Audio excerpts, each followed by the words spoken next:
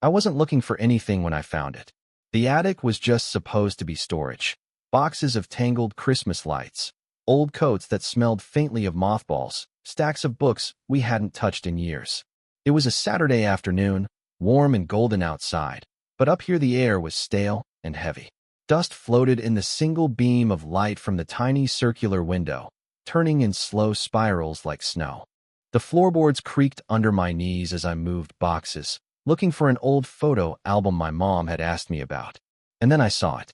A small, square object half hidden under a moth-eaten blanket near the far corner.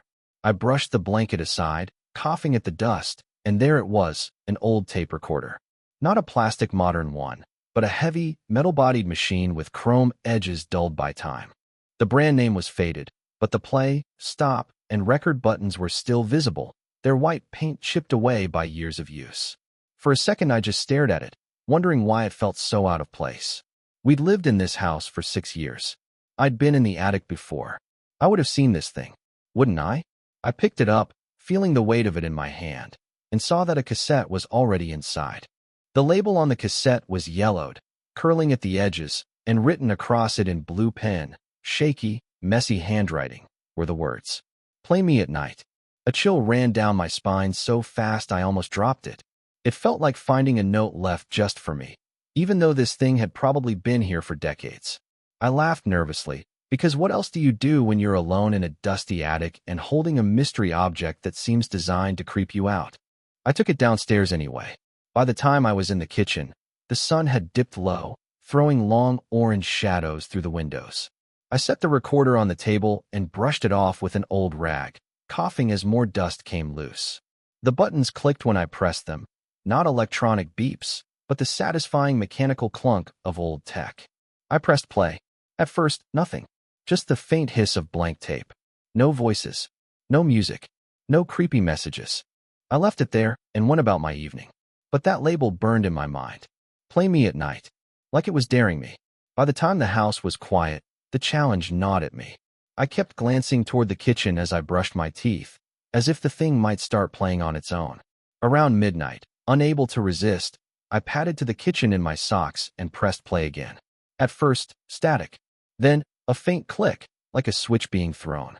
Then the sound of footsteps. I froze. They weren't heavy footsteps, more like someone moving carefully on wooden floors. My wooden floors. The hairs on my arms stood on end as a voice came through, warped slightly by the tape, but still horribly clear. "He's still awake." I spun around so fast my back twinged. The kitchen was empty. The living room was empty. The house was silent except for the fridge humming softly in the corner. The tape kept rolling. Another voice joined in. This one higher, amused. "Then wait. He'll sleep soon." My stomach dropped. They were talking about me. Not past me, not some stranger from decades ago. Asterisk me. Right now? Asterisk. I slammed the stop button, my breathing ragged. The house suddenly felt too big, every dark doorway like an open mouth. I told myself to calm down, that maybe it was some weird old recording, maybe I was just freaked out because I was tired. But when I turned to go back to bed, I heard it. Not on the tape. In real life. A door creaking open. My blood ran cold as I turned toward the hallway. The attic door, the one I'd closed hours ago, was slowly, silently swinging shut, as if someone had just come down. The recorder clicked behind me.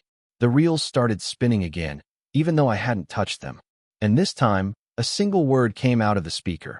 A whisper so close it felt like it was in my ear. "Look." I froze in the middle of the kitchen, heart pounding so hard I felt dizzy, staring at the dark hallway. Then something moved at the very end of it. A shadow, long and thin, sliding past the wall. Not toward the attic. Toward asterisk me. Asterisk.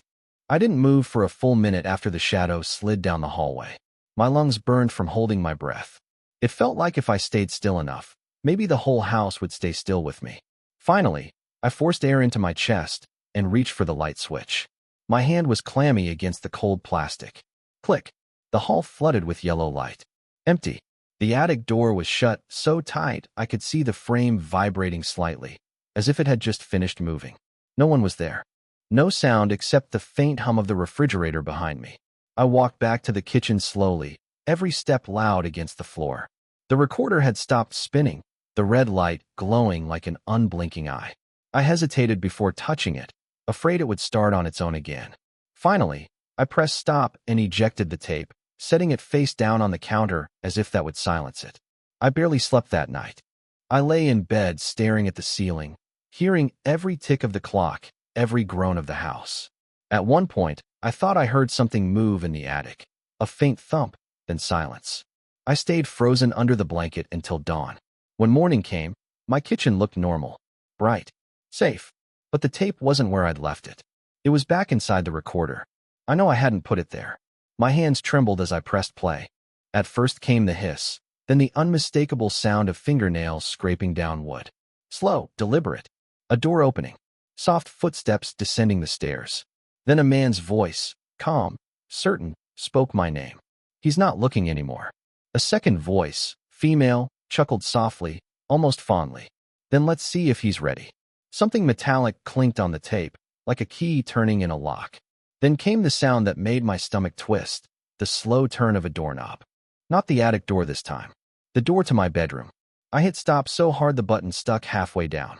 For a few seconds I just stood there, breathing hard, staring at my own reflection in the dark kitchen window.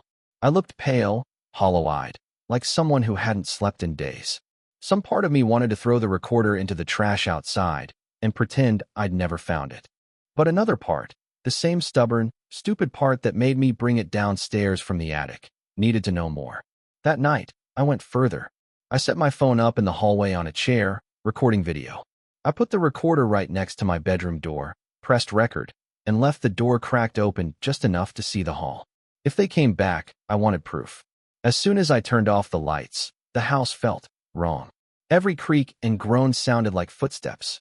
The tick of the wall clock felt too slow, as though time itself was hesitating. Even the air seemed heavy, thick enough to taste, a faint metallic tang, like pennies on my tongue. I lay in bed, wide awake, staring at the doorway. Minutes dragged. 2:40 a.m. Nothing. 3 o'clock. Nothing. At 3:13 a.m., the scratching began. Slow and deliberate, as though someone was dragging a single fingernail from the top of the door to the bottom. The recorder clicked, its reels beginning to turn with a soft, eager whir. The red light blinked twice. I held my breath. The scratching stopped. Silence, so deep it roared in my ears. Then the doorknob turned. Slowly, just a fraction, a testing twist back and forth. Metal clicking gently, like whoever was outside wanted to know if I'd locked it tonight. The door creaked with every small movement. Then a whisper, right against the crack in the door. Open it. I squeezed the blanket so hard my fingers hurt. The whisper came again, closer this time, like whoever was speaking had pressed their lips against the wood. Please, open it. And then, from the recorder itself, a man's voice, sharp and urgent, blasted through the speaker. Don't. The doorknob froze. The silence that followed was unbearable. I couldn't tell if they were still standing there, inches away, listening to me breathe.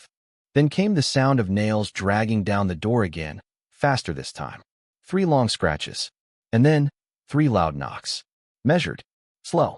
The phone recording in the hallway captured nothing. No figure. No shadow.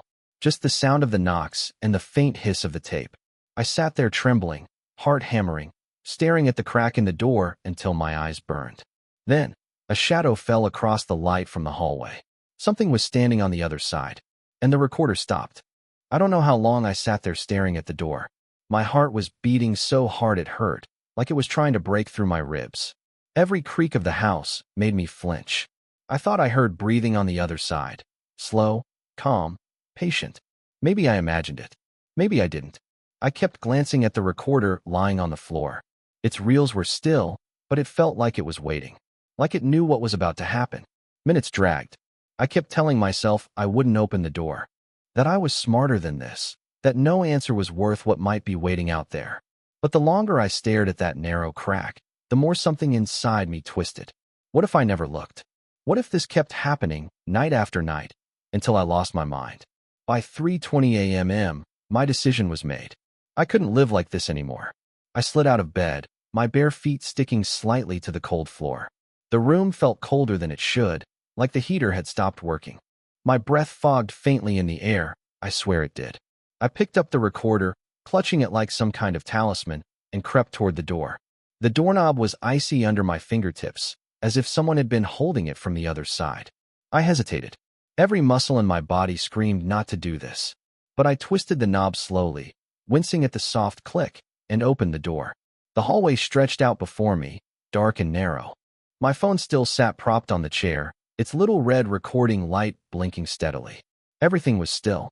I stepped out slowly. The floorboards creaked under my weight, loud, like gunshots. I winced at every sound. The air out here was worse, heavy, metallic, smelling faintly of wet soil, as if someone had tracked in mud. Somewhere far away, a pipe knocked. Then silence. I raised the recorder. It was running again. The reel spun even though I hadn't pressed anything. A hiss came through the tiny speaker, then the man's voice. "Behind you." My blood turned to ice. I spun around so fast I slammed my shoulder into the doorframe. The hallway behind me was empty. No one there. But the smell grew stronger, like rust and damp leaves. And then I saw it. A single, wet footprint on the floor. Bare. Human. Pointing toward my bedroom. I froze, staring, my mouth dry. Then another footprint appeared right in front of me. Not slowly. Instantly. Like someone had stepped down even though no one was there. Then another. And another. They were walking toward me. I backed up until I hit the bedroom door, heart hammering. The footprints stopped just a few feet away. The recorder hissed. The woman's voice came through, low and amused. "He's still here." Then, something scraped along the wall. Long, slow, like claws dragging through the paint. The sound moved closer, right up to where the last footprint had appeared. I wanted to run back into the room and slam the door, but my legs wouldn't move. The shadow at the end of the hallway stretched unnaturally long, bending toward me. Then, from directly above me, I heard a sound I will never forget. A breath. Long, slow, relieved, like someone had been holding it in for a very long time. I looked up. Two pale hands curled over the top of the doorframe, thin fingers digging into the wood. They flexed once, twice, like whatever was up there was deciding whether to drop down. The recorder clicked sharply, the reels spinning faster. The man's voice shouted through the speaker, urgent now. "Don't move." I couldn't even if I wanted to. I was frozen in place, staring as those hands gripped tighter, leaving faint scratches in the wood. Then came another sound, a wet thud, as something heavy landed on the floor just behind me. I didn't turn. I couldn't. The smell was overwhelming now, like wet dirt and metal shavings. I heard slow footsteps circling me, but when I looked down, no footprints this time. Nothing. Then the recorder spoke again. The woman's voice, soft, pleased. "He's finally ready." And the lights went out. Total darkness swallowed the hallway. The recorder still whirred in my hands, its tiny reels spinning like frantic eyes. And then, right next to my ear, a new voice whispered, a third one I'd never heard before. "We're inside." Something brushed my ankle. Cold. Wet. And then the bedroom door behind me slammed shut on its own. The slam of the bedroom door still echoed in my ears as I fumbled through the dark, clutching the recorder so hard my fingers hurt. I couldn't breathe right. Every gasp felt too loud, like it would call something back. I reached the nightstand and found my phone by touch, my hands slick with sweat.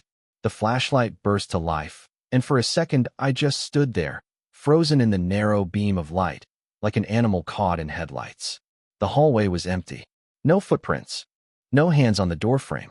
But the smell was still there, stronger, sharper, like wet iron. I kicked the door shut and turned the lock, twisting it until I heard the heavy clunk. Only then did I let myself breathe. The room felt different. Wrong. Like someone had been here while I was in the hall. I swept the flashlight beam slowly across every corner. The chair by the window was angled just slightly toward the bed, though I knew I hadn't left it that way. The curtains shifted gently, though the window was shut tight. The glass of water I'd left on the nightstand was empty, bone dry. I sat on the bed, trying to calm the pounding in my chest, and looked down at the recorder in my hands. The reel spun once, twice, then finally stopped.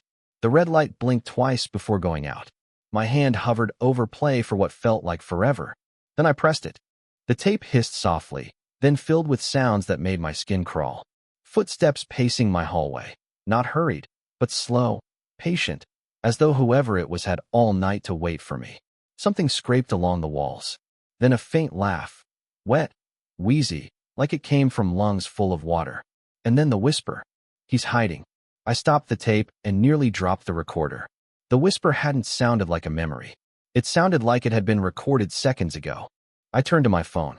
It was still recording the hallway. I grabbed it and sat cross-legged on the bed, scrolling back through the footage, my thumbs shaking. At first, just empty hall. Then, at 3:22 a.m., the screen flickered.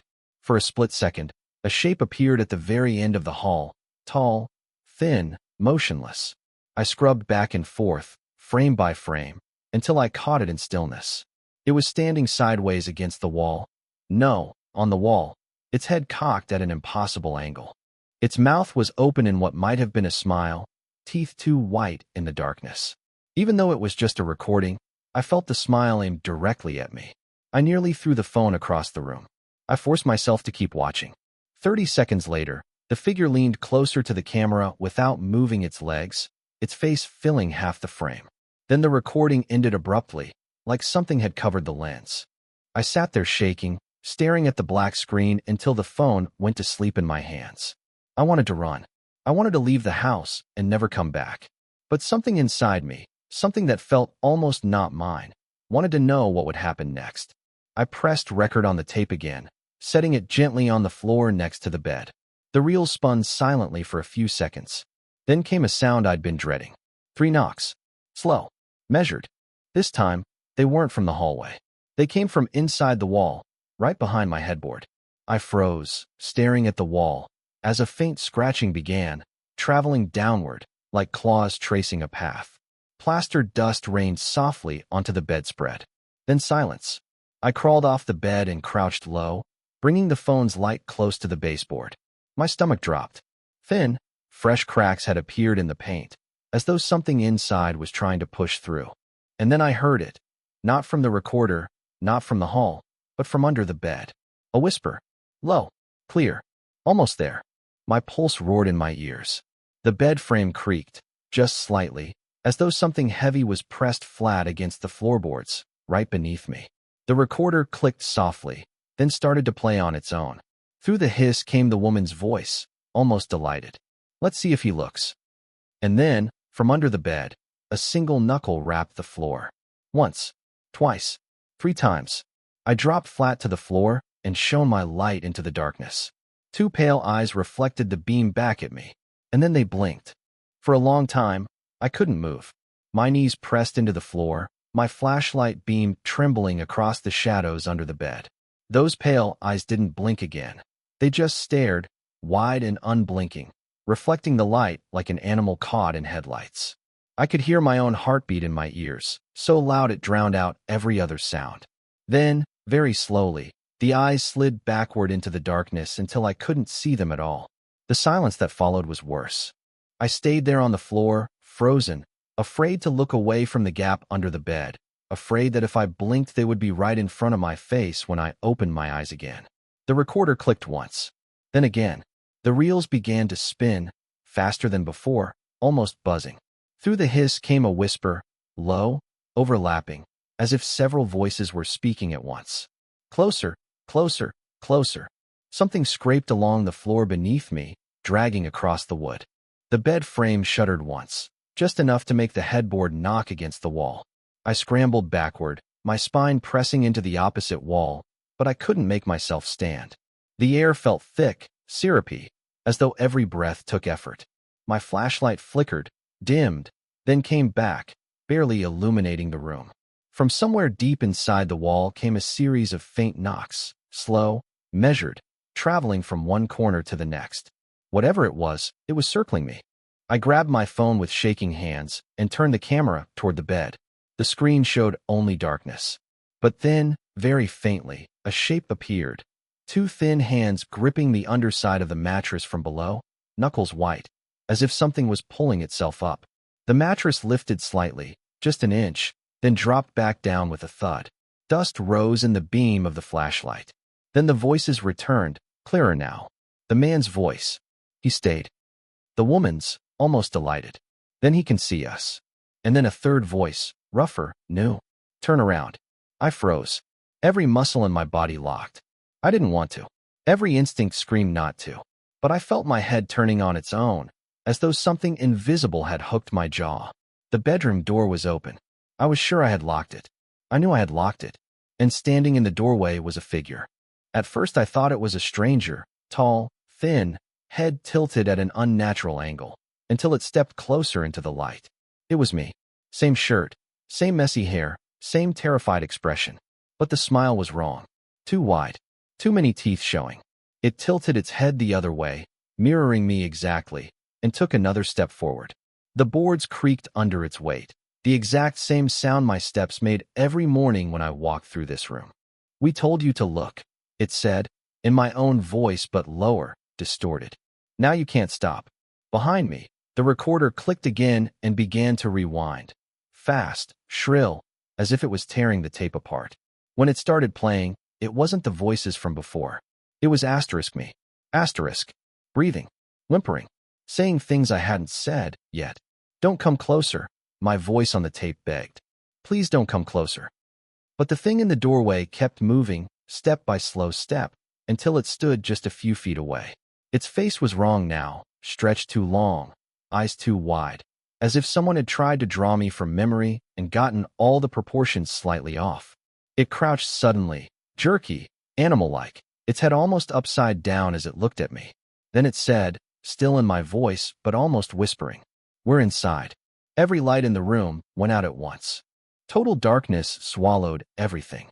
The recorder stopped with a violent clack, then started spinning backward on its own, squealing like a dying animal. I heard footsteps all around me. Not one pair, but dozens, circling the bed, the walls, the ceiling. They were in the house. They were in the walls. They were everywhere. And over the sound of the spinning tape came a chorus of voices, hundreds of them, all overlapping, all saying the same thing. "Let him in." The floor beneath me groaned, as if something heavy was crawling up through it. A hand, cold, slick, brushed my ankle in the dark. And then, right next to my ear, I heard my own voice. Not from the recorder, not from my mouth, but inside my head. "This is the last night." The flashlight flickered once, showing the figure of myself crouched inches from my face, smiling wider than ever, before everything went black. The last thing I heard was the recorder snapping the tape in two.